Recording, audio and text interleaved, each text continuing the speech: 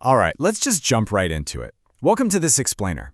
Today, we're unpacking a seriously fascinating piece of lore from the Grim Shadows universe, the tale of two guardians. We're going to be pulling directly from the Tangent Guild dossier and the Grim Shadows universe faction lore book to explore two vastly different factions protecting humanity from the things that go bump in the night. And trust me, what we're about to uncover completely shatters that typical, shining knight in armor trope. It gets dark. So ask yourself this: what does it actually cost humanity to survive in a world literally overrun by nightmarish monsters? It's a chilling thought to start with, right? In the Grim Shadows universe, your everyday folks, the farmers, the merchants, just the normals, they only survive because specialized, highly lethal protectors are standing right between their front doors and utter annihilation. But as you'll see, relying on these protectors comes with some incredibly heavy burdens.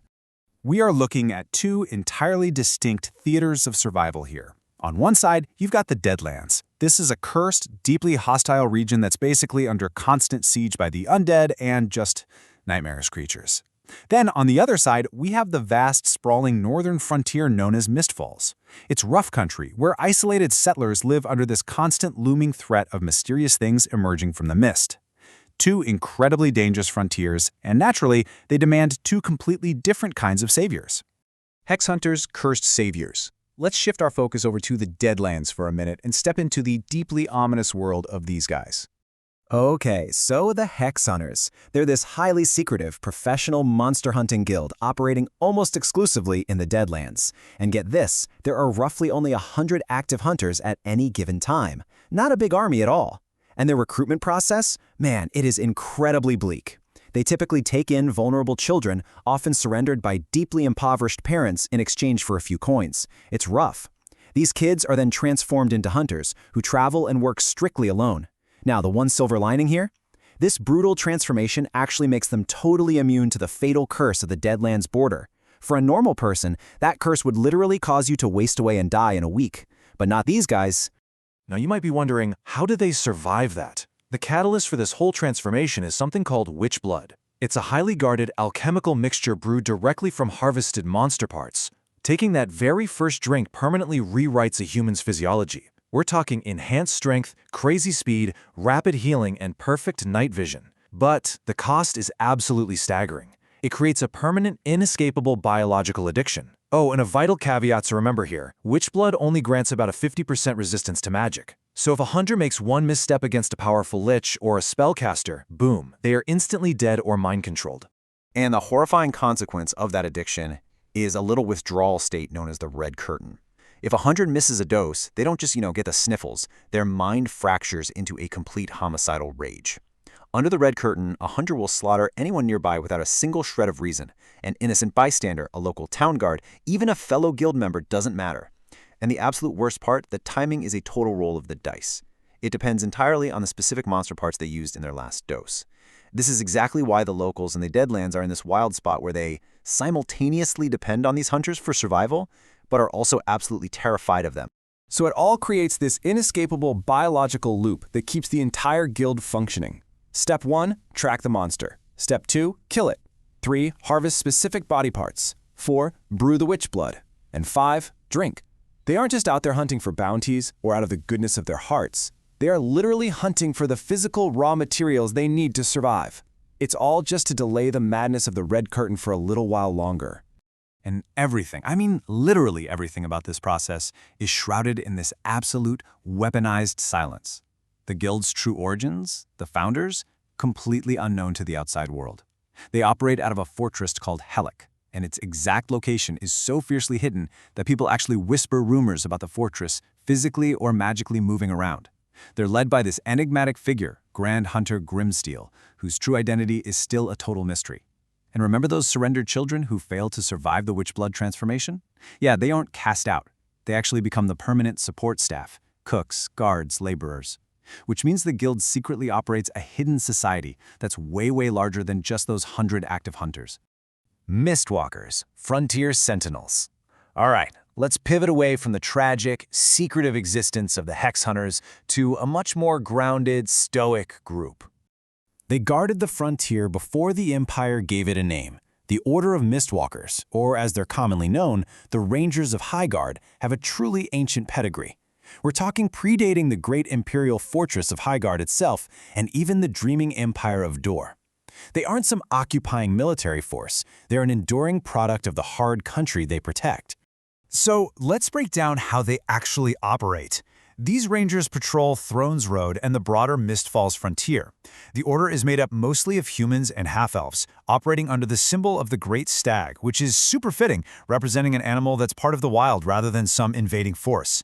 Crucially, they are totally independent from Highguard's military command, and unlike your typical fantasy heroes who show up to solve every little problem, they don't hold the locals' hands. They expect the settlers to be self-reliant. Keep your tools ready, recognize local dangers, that sort of thing. The Rangers step in specifically to track the major threats. We're talking void-worshipping enders or nasty cultists moving across vast distances that an ordinary farmer just couldn't handle.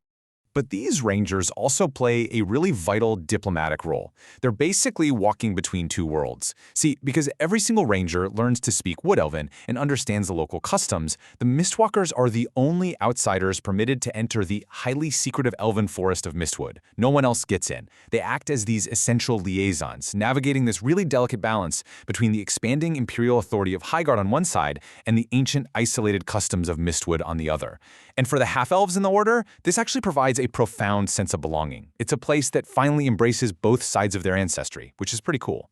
Surviving the grim shadows. So, we've got these two wildly different philosophies on survival, but it begs a seriously fascinating question, and I know a lot of you have been wondering this. If these two factions were to clash in an all-out, winner-takes-all war, who would actually win? Let's put them side by side to find out. Let's look at Hex Hunters. Mutated, secretive, feared by locals, versus Mistwalkers, natural, allied, and trusted by settlers. In one corner, we have the Hex Hunters. They are lone wolf killers, operating on desperate dependency. In the other corner, the Mistwalkers. They fight as a cohesive unit, they're trusted by the locals, and they hold open alliances with druids and elves. Now, in a protracted, long-term war, the Mistwalkers' logistics and allies would be a massive advantage. They can communicate, coordinate, and frankly, outlast an unorganized, isolated enemy. But what happens when they actually cross blades in a straight-up fight? Let's check the gear.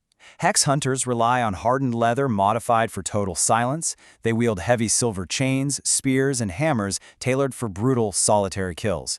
Honestly, they are absolute tanks in close quarters. The Mistwalkers, conversely, focus on woodland leather, composite bows, sabers. They are your classic snipers and skirmishers. So here's the breakdown. If the Mistwalkers can keep their distance and utilize those gifted wood elf arrows, they win, for sure. But if a Hex Hunter closes that gap and gets in close, yeah, it's game over for the Ranger. The Hex Hunter's unnatural speed and mutated strength would just tear right through them. The hard line. Ultimately, an all-out war between them wouldn't just be a battle. It would be an absolute bloodbath. Why? Because neither side has even an ounce of softness. Whether it's a Hex Hunter executing a vampire lord or a Mistwalker purging void corruption, neither of these factions takes prisoners. They're lethal, uncompromising executioners. A true war between them would likely just wipe both factions off the map entirely. And the tragic irony is, that would leave their respective frontiers totally defenseless against the ultimate evil lurking in the dark. Which brings us to one final, incredibly chilling question to leave you with. If the Hex Hunters eradicated all monsters, what happens when the Witchblood runs dry? It's this incredible paradox from the source material. The Hex Hunters literally need monster parts to survive, so if they ever actually succeeded in their ultimate mission, if they wiped out every last monster in the Deadlands, what happens next? The Witchblood supply stops. You'd be left with an entire guild of highly trained, superpowered killers suddenly plunged into the unstoppable homicidal rage of the Red Curtain, with absolutely no cure in sight. It's a terrifying paradox that proves that in the grim shadows, even victory might just be another death sentence. Thanks so much for joining me for this explainer, and hey, keep exploring the shadows.